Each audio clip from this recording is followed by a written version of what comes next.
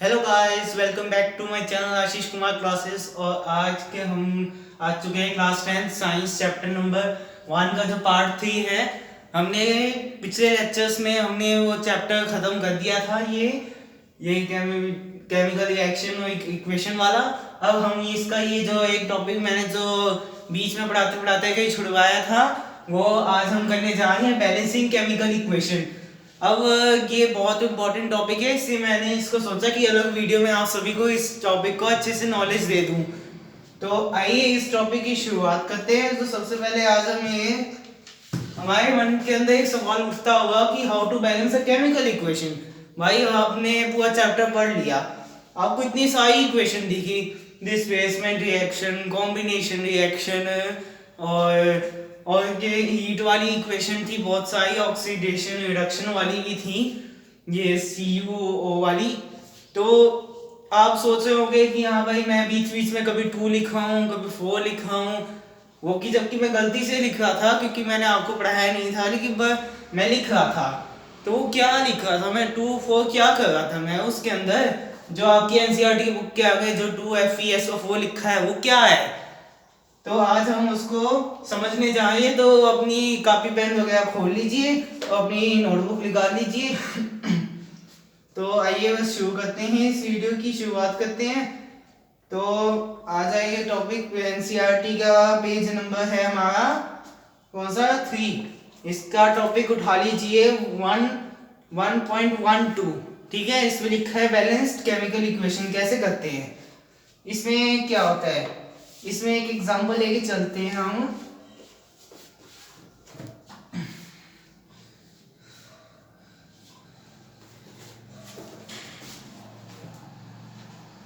अच्छा एक second guys.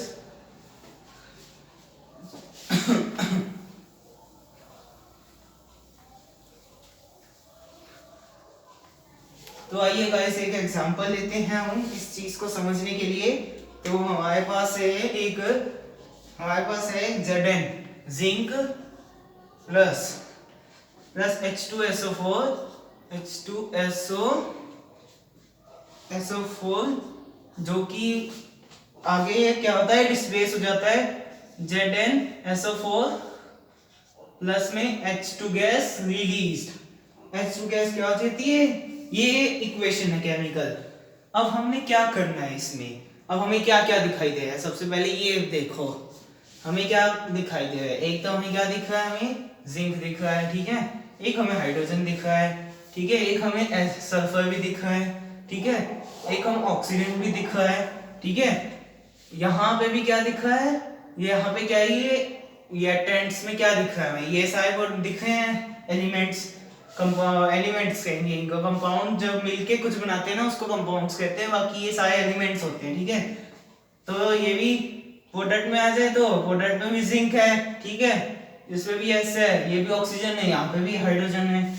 अब हमें क्या करना है, अब हम इस इक्वेशन में ना हर नंबर देखेंगे कि यहाँ पे जो नीचे जो नंबर लिखा है ना, जैसे 4 लिखा है या जिंक है, यहाँ पे क्या है, यहाँ तो जिंक सेम है, ठीक है। मतलब कि हमें इस इक्वेशन को ना बैलेंस करना है। अब हमें क्या करना होगा, अब हमें जिंक, यहाँ पे हम एक कॉलम बना लेंगे, ये रिएक्टेंट और प्रोडक्ट्स के आगे हम अपना लिख देंगे, ये कॉलम है जिंक का, यहाँ पे कॉलम होगा हाइड्रोजन का, यहाँ सल्फर का और यहाँ ऑक्सीजन का। यहाँ पे आपको ये एलिमेंट आपको दिख रहे हैं, नहीं दिख रहे ना, जिंक हाइड्रोजन सल्फर ऑक्सीजन, ठीक है।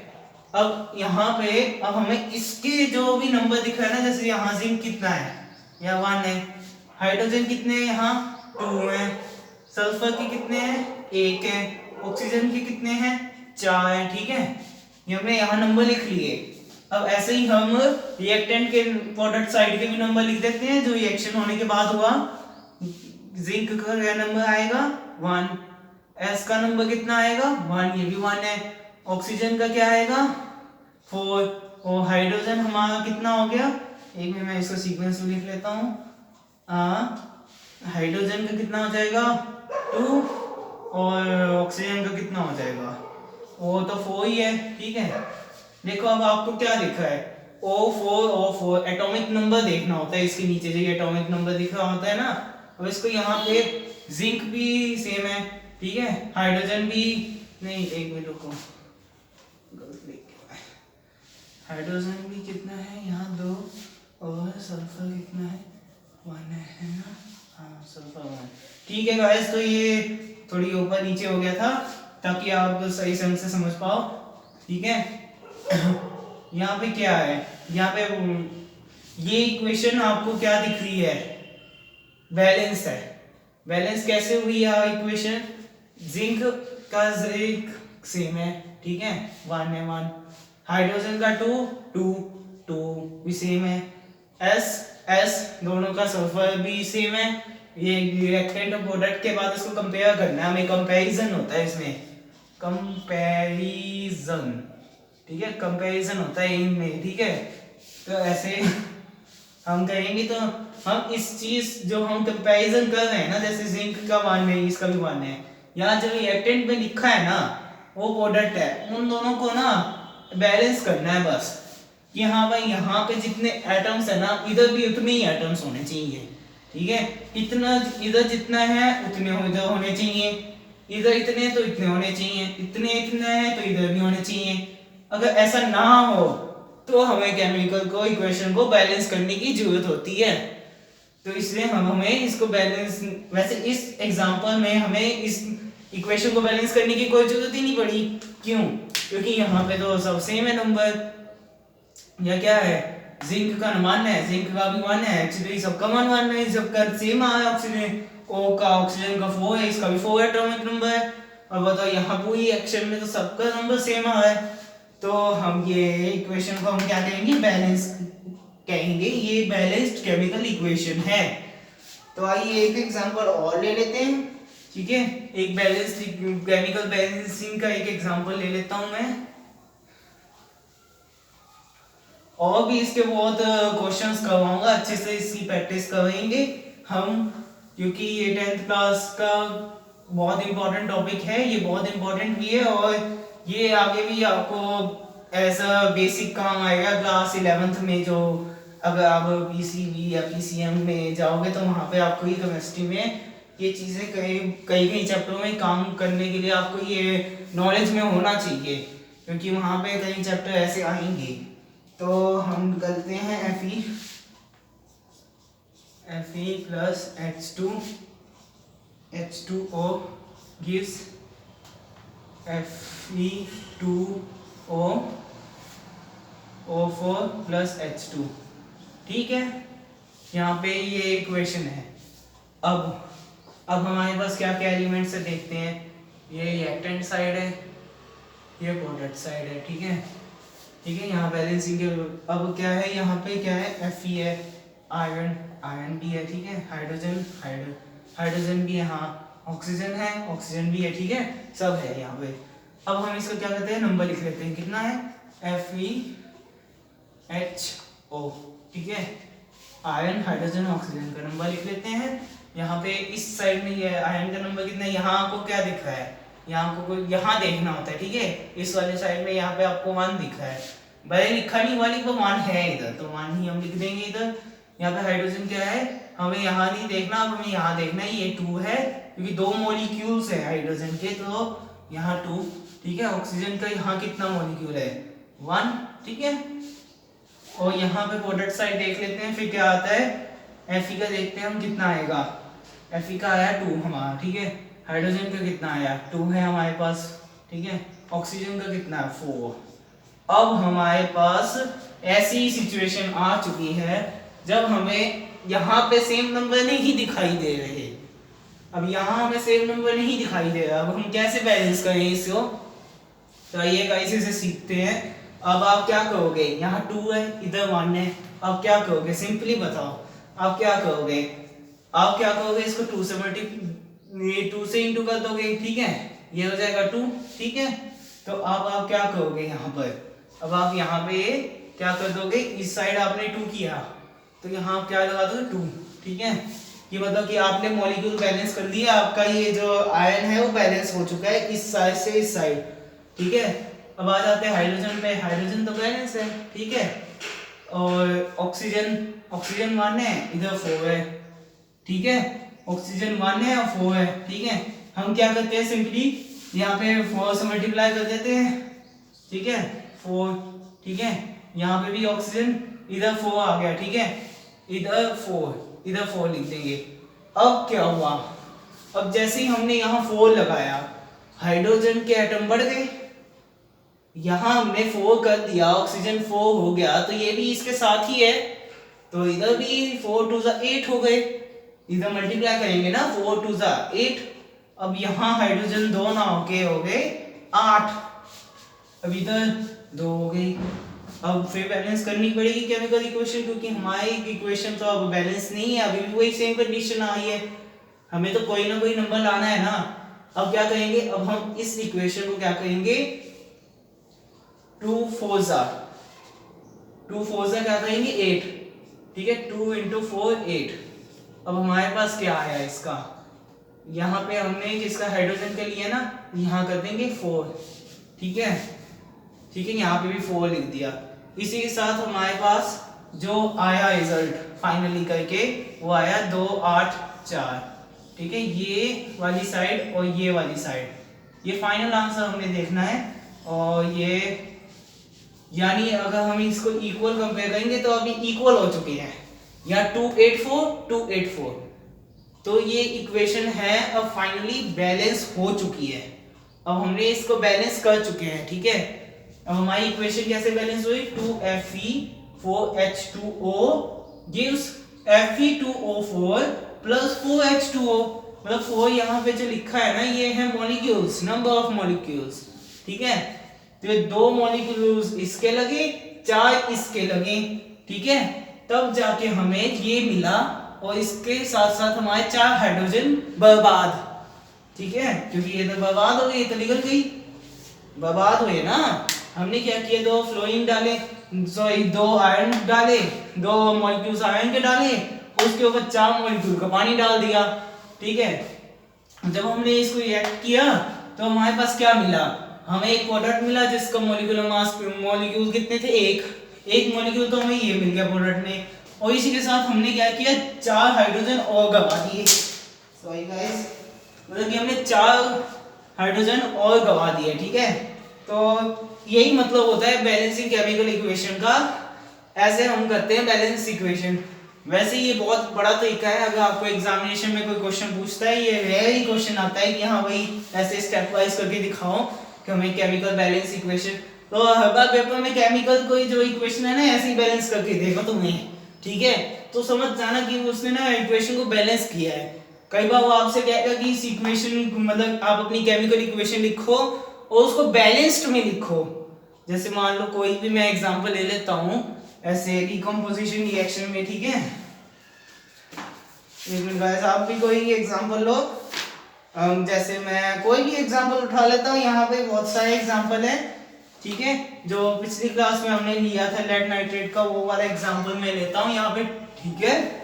मतलब कि आपसे जो क्वेश्चन है ना, उसमें आपको ना बैलेंसिंग के लिए बहुत पूछेगा, वो क्वेश्चन में आपसे बोलेगा कि ये जो रिएक्शन है आपको तो याद होगी, आप तो लिखोगे 30 मार्क खान बन के लिखो, वहां पे टीचर आपके नंबर काटेगा, क्यों, क्योंकि आपने तो बैलेंस किया ही नहीं, और पेपर में बोला है कि इसे बैलेंस करके बताओ, मतलब जो आपने केमिकल इक्वेशन लिखी उसको बैलेंस भी तो करना है ना, ऐसे थोड़ी ना काम चलेगा।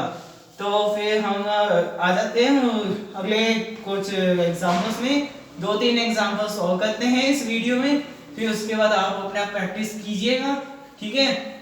और मैं कोशिश करूंगा कि आप सभी को ये अच्छे से समझ आ जाए कि हाँ ये बैलेंसिंग इक्वेशन करते कैसे, क्योंकि मैंने तभी से लास्ट टॉपिक लिया है, नहीं तो अगर मैं बीच में लेता तो ये मेरा ज़्यादा टाइम खाता और वीडियो बहुत लेंथी हो जाती आप लोगों के लिए, तो फिर आप लोग वो हो जाते कि पता नहीं क्या सर सिखाएं और पता नहीं कहाँ पे पहुँचेंगे। तो हम इसको लास्ट टॉपिक में कर रहे हैं, इसके बाद कोई नया चैप्टर शुरू करेंगे, चैप्टर नंबर 2 की वीडियो आएगी आप सबके पास। तो बढ़िया, ये मेरे चैनल को गाइस सब्सक्राइब कर दीजिए, और कोने में जो बेल आइकन का बटन आ रहा होगा उसको भी दबा दीजिए, और हम यहाँ पे लिखते हैं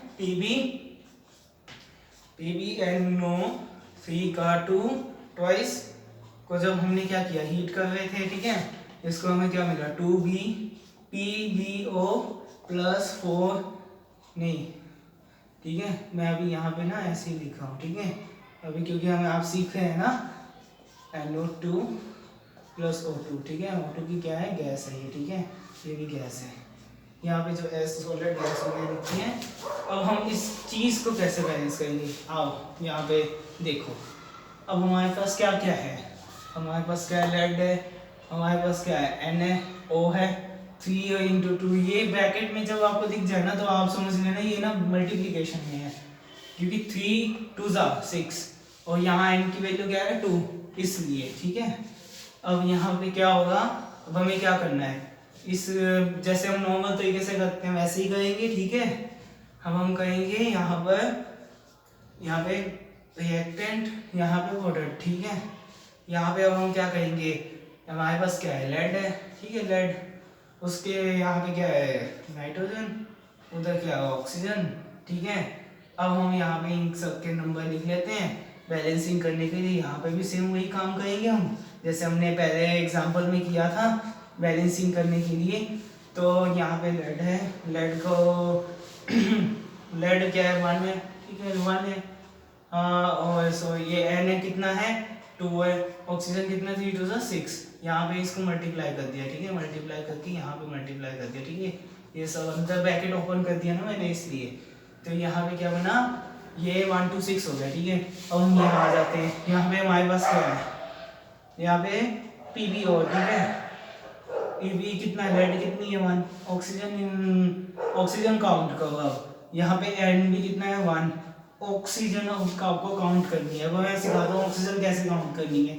यहाँ 1 है, ठीक है, 2 और 2 कितना, 4, इधर कितना, 5, चलो 5 हो गई, 5 हमारे पास मॉलिक्यूल्स, हमें मॉलिक्यूल कैलकुलेट करना है, मतलब कि ये ऑक्सीजन भी और सारे ऑक्सीजन इसके काउंट कर देने हैं, ठीक है। अब हमारे पास इतना कुछ आ गया, ठीक है। अब हमारे पास आ गई है, देखो अब हमारे पास क्या है, अब हम क्या कहेंगे, ये जो बैलेंस नहीं है, जैसे ये N है, तो इसको हम क्या करेंगे, 2 से मल्टीप्लाई कर देंगे, कितना आ जाएगा, 2, ठीक है। अब भी इक्वेशन बैलेंस नहीं है, अब क्या करें, 2 आया है सोडियम N पे, ठीक है, N पे 2 आया, तो हम क्या कहेंगे, यहाँ पे N पे 2 आया, इधर कर देंगे 2, ठीक है। अब क्या हुआ, देखो ध्यान से, N को जब हमने 2 किया, बैलेंस किया, तो हमने ये पाया कि ऑक्सीजन 2 2 4 हो गए, 4 क्या ज़्यादा हो गए, जबकि हमारे पास ऑक्सीजन कितने थे इनिशियली, 5 6 7 हो गए, अब तो 7 हो गए ऑक्सीजन, तो यहाँ पे क्योंकि यहाँ 2 2 4 5 6 7, तो यहाँ ऑक्सीजन 5 ना होके कितने हो गए, अब 7 हो गए, ठीक है। यहाँ पे अब ज़्यादा हो गए ऑक्सीजन, यहाँ पे 1 नंबर और बढ़ गया। अब क्या करेंगे, यहाँ पे अब नाइट्रोजन है, ठीक है, तो हम इसे क्या कहेंगे, 2 क्या करते हैं, इसको कम कर देते हैं, 4 कहेंगे, तो हम यहाँ पे एक काम करते हैं, 1 और 2 इसके साथ मल्टीप्लाई कर देते हैं, ठीक है। यहाँ 2 2 से कितना हो जाएगा, 4, इसको भी हम करेंगे बैलेंस, तो 2 2 से 4 हो जाएगा, ठीक है। तो हमारे पास क्या है, 2 और मल्टीप्लाई हो जाएगा, तो हम इसको क्या लिखेंगे, 4 लिख देंगे यहाँ पे, ठीक है, इसे 4 NO2 लिख दिया, ठीक है। अब हमारे पास ऑक्सीजन का नंबर कितना हो गया, 4 5 6 7 8 9, और यहाँ 9 ऑक्सीजन हो गए, 7 की जगह 9 हो गए, ठीक है, यहाँ हो गया। वो इधर ऑक्सीजन का नंबर बनाना है, कितना, 6 1 6 6 के टेबल पे कुछ चला जाएगा, यहाँ 6 है या 9 है, तो बैलेंस करना तो मुश्किल हो जाएगा। लेड को तो हम देख नहीं रहे, लेड को अगर बैलेंस करें तो लेड को बैलेंस करें, फिर देखते हैं, इसको 1 2 से 2 कहते हैं, इसको भी 1 2 से 2 करते हैं, ठीक है, यहाँ 2 2 हो जाएगा, तो यहाँ पे भी क्या हो जाएगा, लेड 2 हो जाएगा, ठीक है, इधर भी 1 मारेगा तो ये 2 हो जाएगा, ठीक है। अब क्या करते हैं, अब फिर ऑक्सीजन को गिनते हैं हम, कितना हुआ, 3 2 6 7 8 हो गए, ठीक है, इधर 8 हो गए ऑक्सीजन, अब हमारे पास 8 ऑक्सीजन अब आ चुके हैं। अब इधर हमारे पास 6 ना होके 8 हो गए, और इधर हमारे पास 9 थे, कितने हो गए, 2 2 4 5 6 7 8 9 10 हमारे पास यहाँ हो गए कुछ मिला के 10 हो गए। 9 10 11 9 तो पहले गिना 4 5 6 7 8 9 10 10 हो गए हमारे पास। ठीक है, एक मिनट लेट हमने पहले बैलेंस कर लिया था तो ऑक्सीजन अब जो यहाँ 8 हो गया है तो हम इसको 8 पे ही रहने देते हैं ना, 2BBO रहने देते हैं इसे, तो यहाँ 8 हो जाएगा। 4 5 6 7 8 9 फिर 9 आ रहा है, फिर 8 कैसे करेंगे हम इसे, अब हम कह भी नहीं सकते तो